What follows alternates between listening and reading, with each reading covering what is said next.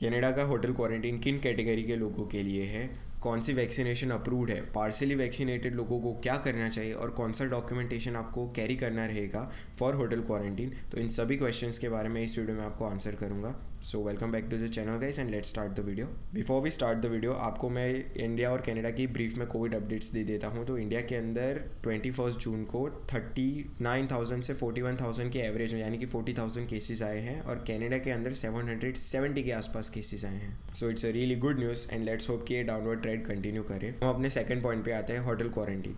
तो काफ़ी सारे लोग मुझे कल पूछ रहे थे कि होटल क्वारंटीन सिर्फ कैनेडियन पीआर और कैनेडियन सिटीज़न के लिए है कि सब कैटेगरी के लिए है। तो मैं बोलूँगा सबके लिए है। आपको मैं ऑफिशियल सोर्स से ये पढ़ के सुनाता हूँ। Beginning July 5, 2021 at 11:59 PM fully vaccinated travellers, यहाँ पे नहीं बोला कि कैनेडियन सिटीज़न या पीआर होल्डर्स, ट्रैवलर्स बोला, इसमें सभी लोग आ जाते हैं, who are permitted to enter Canada will not be subjected to the federal requirement of the quarantine or take COVID-19 test on day 8. In addition, fully vaccinated travelers arriving by air will not be required to stay at a government authorized hotel.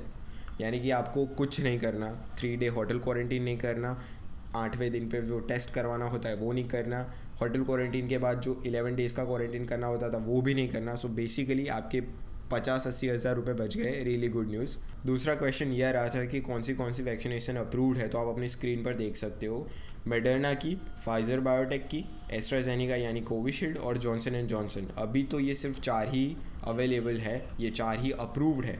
इसका मतलब आपने इनमें से 4 में से कोई एक ली होगी, then you can use that no hotel quarantine situation.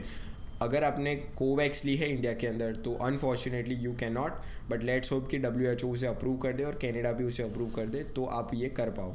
Keep that in mind कि आपको अभी भी प्री अराइवल टेस्ट और ऑन अराइवल टेस्ट दोनों करने पड़ेंगे। यानी कि यहाँ से आप अब्रॉड के लिए फ़्लाई करोगे उससे पहले आपको RT-PCR टेस्ट और वहाँ पे लैंड होने के बाद करना पड़ेगा, और both of them should be negative in order to use that no more hotel quarantine plan.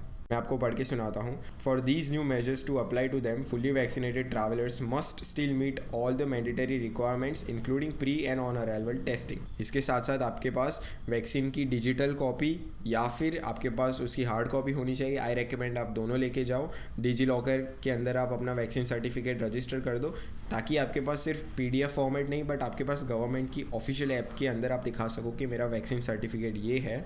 One more extremely important thing, आप यहाँ कनाडा के लिए फ़्लाई करो उससे पहले आपको अराइव कैन एप्लीकेशन के अंदर आपका फुल्ली वैक्सीनेटेड का सर्टिफिकेट अपलोड करना रहेगा ताकि आप यहाँ से अब्रॉड के लिए फ़्लाई करो उससे पहले ही कैनेडियन गवर्नमेंट के पास आपका वैक्सीनेशन सर्टिफिकेट हो।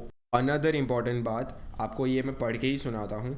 They must still present a suitable quarantine plan and be prepared to quarantine in case it is determined at the border they do not meet all the conditional requirements to be exempt for quarantine. अगर आप fully vaccinated हो फिर भी आपके पास एक quarantine का plan होना चाहिए।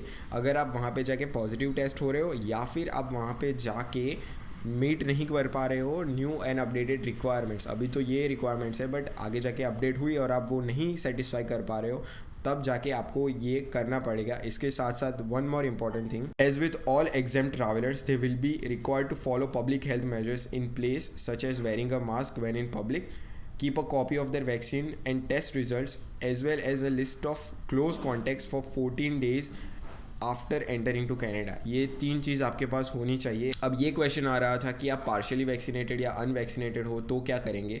तो आप ये स्कीम अवेल नहीं कर पाओगे, आपके पैसे जाएंगे, आपको होटल क्वारंटीन करना ही पड़ेगा। ये आपको मैं ऑफिशियली पढ़ के सुनाता हूँ।